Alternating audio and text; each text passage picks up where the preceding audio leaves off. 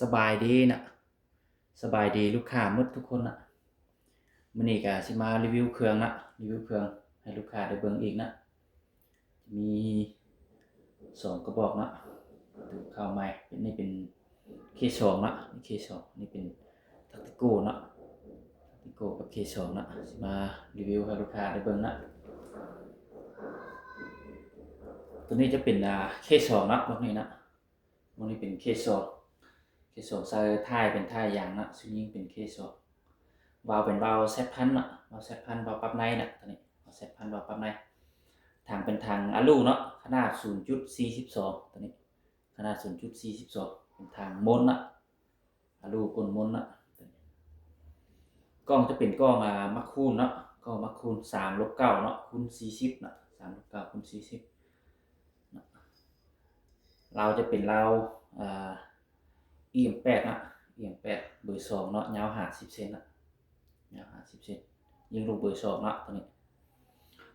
ตัวนี้ระยะบางโพนมันประมาณ78เซนเมตรนะประมาณ78เซนเมตรนะยิงซ้ำนกเป่ายิงหอกเนาะตัวแห้งนะ78เซนเมตรระยะบางโพนราคาก็คือเก่าเนาะราคา7,500,000เนาะได้กงสูบได้ลูกปืนได้โม่ได้ซุปเปอร์ลิงเนาะครบสุดพร้อมยิงเลยเนาะเบิ่งนะราคาเบิ่งทั้ง2เบื้องเลยนะงามๆใหม่ๆนะประกอบมารีวิวให้ลูกค้าเบิ่งเลยนะแต่ลูกค้าคนใดสนใจก็ทักมาเนาะ7,500,000ครบสุดพร้อมเข้าปลาเลยนะบอกนี้นะเป็น K2 นะวาล์ว Z1000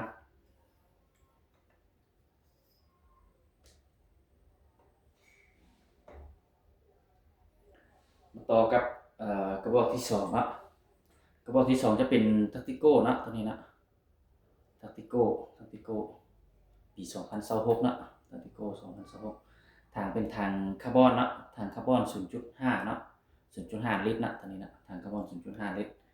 และเป็นปรับในนะตัวนี้ก็เป็นปรับในนะท้ายเป็นท้ายยางนะพับได้นะพับได้นะกล้องเป็นกล้อง BSA นะ C-14 คูณ44นะตัวนี้นะเส้นเล็กจะเป็นไม้จ้างนะตัวนี้เส้นนี้เป็นไม้จ้างนะกล้องตัวนี้เล้ากับเป็นเล้าEM8 ด้วยกันนะยาว50เซนนะยาว50เซนยิงลูกเบอร์2นะเก็บเสียงเป็น Gen-Tech สีดำนะตัวนี้นะ Gen-Tech สีดำเป็นปี2026นะล่าสุดนะ Tactico นะเบิ่งนะเดี๋ยวลูกค้าคนใดสนใจทักมานะบอกนี่ราคา10,500,000เนาะ10,000,000กับ500,000ได้กกสูบได้ลูกปืนได้โม่ได้ซุปเปอร์ลิงเนาะครบสุดพร้อมยิงเลยนะระยะบางโพนก็คือกันนะประมาณ78เซนเมตรนี่นะ78เซนเมตร